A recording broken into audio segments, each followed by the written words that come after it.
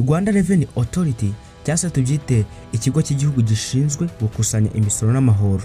Harimo icyitwa uburiganya, haratangwamo ikirego ko hari abafashe miliyari 5 bazihereza umuntu, ariko bikavugwa ko harimo n'uburiganya buri gukorwa bagakoresha amarangamuntu na nomero mpimbano zitari izanyazo cyangwa se ubwo urumva nyine ni ibintu bijyanye n'uburiganya. Gusa ariko iki kirego kiri kuregwamo abantu cyangwa se cyashinjijwemo abantu bagera muri 38, ari na mpamvu iyi nkuru tugiye kuyirambura twese tukayirebera hamwe.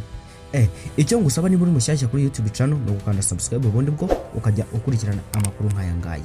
Kwa 21 Mata 2026 nibwo Rura yatanze ikirego mugenzacyaha isaba ko hakorwa iperereza ku bantu batandukanye barimo Kabasange Denis, Habanabakize Patrick, Niyo Buhungiro Jason, Twagira Mukiza, Mugenzi Jeanne, Mugenzi Jean Damuru, Chimimana, Kabatesi Yani, Tuyiringire Olivier, abo bakekwaho uburiganya mu gusaba no gusubizwa umusoro ku nyongera gaciro VAT refund ungana na miliyari 5 z'u Rwanda zinarengaho binyuze mu bigo 96 by'abaringa.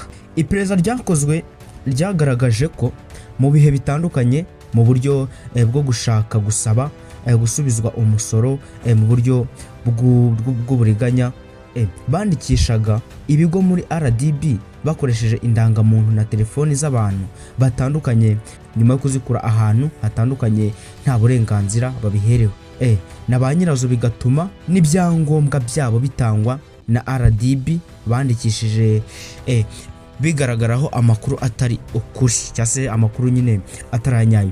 Nyuma yo kwandikisha ibyo bigo by'abaringa muri RDB bashakaga simukadi zanditse ku bantu batandukanye zigakoreshwa mu busabe bwa IBM. Abo zanditseho batabazi, iyo bamaraga kubona IBM abaregwa baguraga fagitire zidaherekejwe n'ibicuruzwa facturation invoices, bakazinjiza muri system ya IBM nk'aho baranguye ndetse bakoresheje IBM mu guhana inyemezabwishyu zidaherekejwe n'ibicuruzwa hagati y'ibigo byabo kandi ari baringa. Iperereza ryakozwe ryagaragaje ko nyuma yo gufunguza ibyo bigo by'abaringa ndetse na IBM zazo, abaregwa bakurikizagaho kujya gufunguza konti zizifashishwa mu kwakira amafaranga ya VAT refund basabaga bakoresheje ibyo bigo by'abaringa. Muri uko gufunguza konti bashyiragaho abasinyateri bazi kandi bizeye kugira ngo amafaranga bazahabwa azabe afite umutekano kandi bayabone biboroheye. Ibyo byatumye imyirondoro ku bigo muri RDB no muri banki zitandukanye, kuko babanzaga guhindura RDB registration certificate bagashyiraho imyirondoro ihura n'iy'umuntu bashakaga ko azajya abikuza ayo mafaranga, akaba ariyo ikoreshwa mu gufunguza konti. Aba basora b'abaringa bakoraga imenyekanisha musoro bagaragaza ko ibyo bacuruje ari bike ugereranyije n'ibyo baranguye, bityo bikagaragaza ko stock yasigaye itaracuruzwa, bikabahesha uburenganzira bwo kugaragaza ko hari VAT nyinshi bishyuye ku byo baranguye, bikabahesha uburenganzira bwo gusaba gusubizwa uwo musoro VAT refund.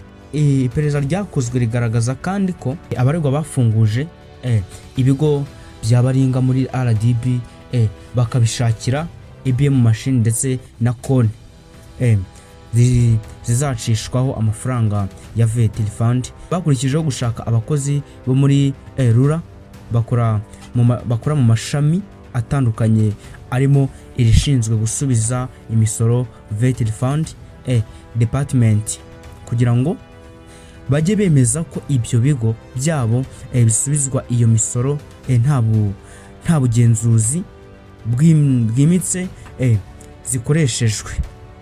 Iperereza kandi rigaragaza ko banashatse n'abakora mu ishami ry'imari kugira ngo bajye bihutisha kwishyura ibigo byabo byabaringa mu gihe basabye gusubizwa umusoro.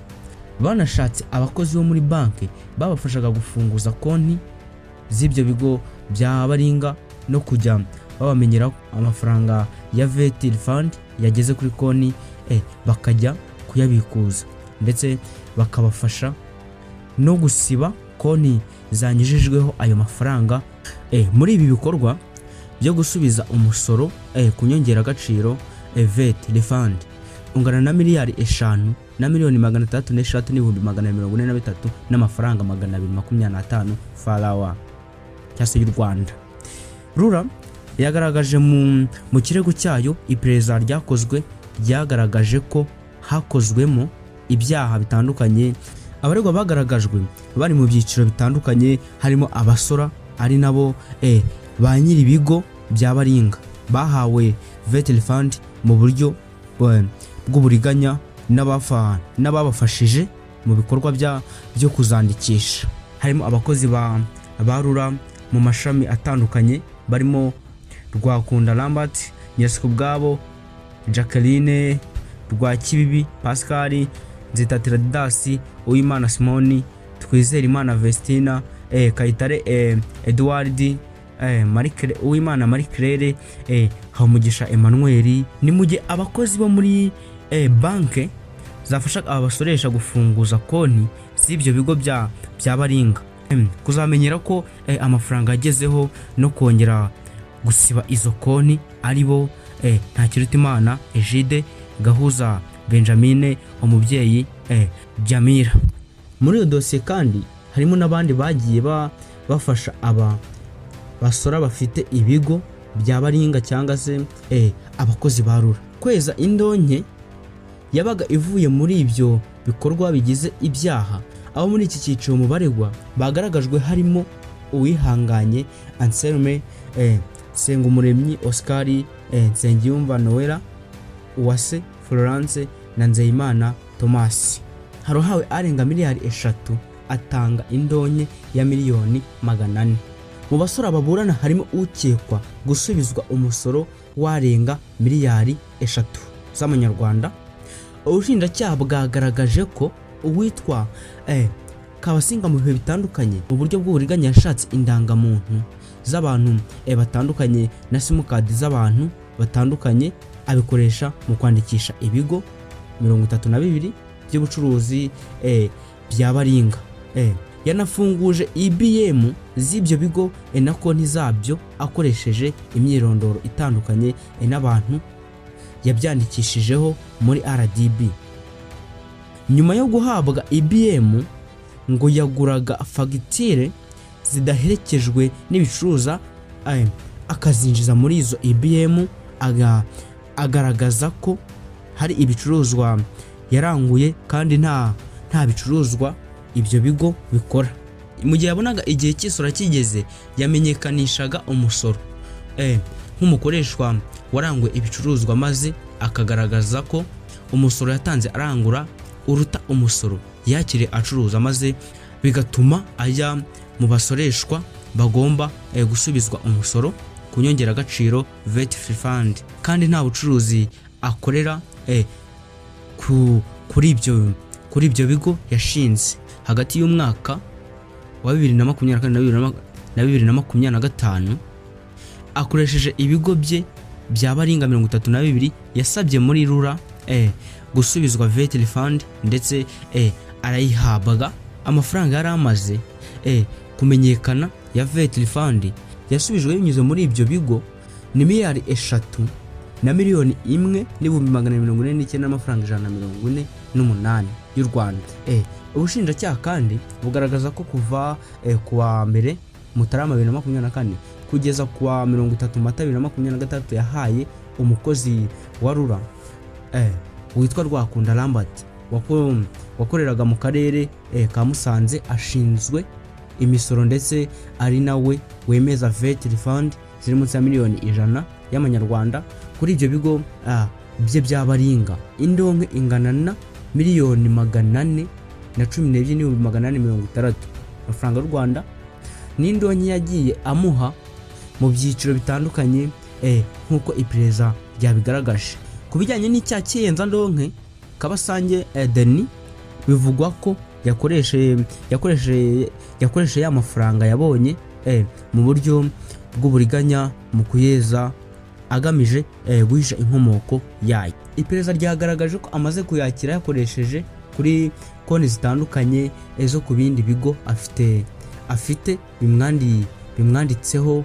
Ibyo bigo harimo icyitwa Material, harimo icyitwa Udguri Supply, Sunsad na Kiss Health, abere umusinyateri kuri banki mu rwego rwo kuyoberanya inkomoko yayo mu buryo bwo kweza amafaranga yakuye mu cyaha cy'uburiganya mu busabe bwo gusubizwa umusoro ungana na miliyari 3,1,149,000 n'amafaranga 148 y'u Rwanda.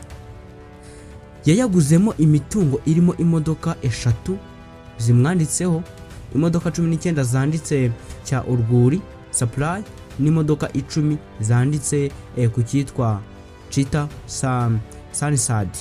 Bivugwa kandi ko yanubatsemo inzu y'igorofa yanditse ku babyeyi be, yaguzemo ibibanza 14 yanditseho ku babyeyi ndetse na apres 2 zimwanditseho, yubakamo uruganda rwanditse kuri Sunsad, andi agenda yaranguramo sima. Kimwe na bagenzi be, ubushinjacyaha bwabaregeye urukiko rw'ibanze rwa Kicukiro ku ifunga n'ifungurwa ry'agateganyo. Bwagaragaje ko hari impamvu zikomeye zituma bakekwaho ibyaha kurikiranweho, kandi ko bakomeza gukurikiranwa bafunzwe iminsi 30 y'agateganyo, kuko hari iperereza rigikomeje mu gihe dosiye yabo iri gutegurwa. Bunagaragaza ko hari impungenge ko baramutse barekuwe babangamira iryo perereza, bagasibanganya n'ibimenyetso cyangwa bagaturuka ubutabera nk'uko hari bagenzi babo babikoze. Nahangaha rero aya makuru ageze, cyangwa se nahangaha tuyarangirije. Ubu habaye habonetse andi twayabagezaho. Ngira ngo iyi channel tujya dukora ibintu bigiye bitandukanye, ngira ngo narababwira icyo rero mba ngusaba no gukanda subscribe. Wowe ugeze ku munota ndagushimiye, uri umuntu w'umugabo, ndagushimiye cyane kabisa wowe wakaza subscribe. Ndabakunda cyane, nge mwubanye Takeri, tuzahora mu bindi biganiro bigiye bitandukanye.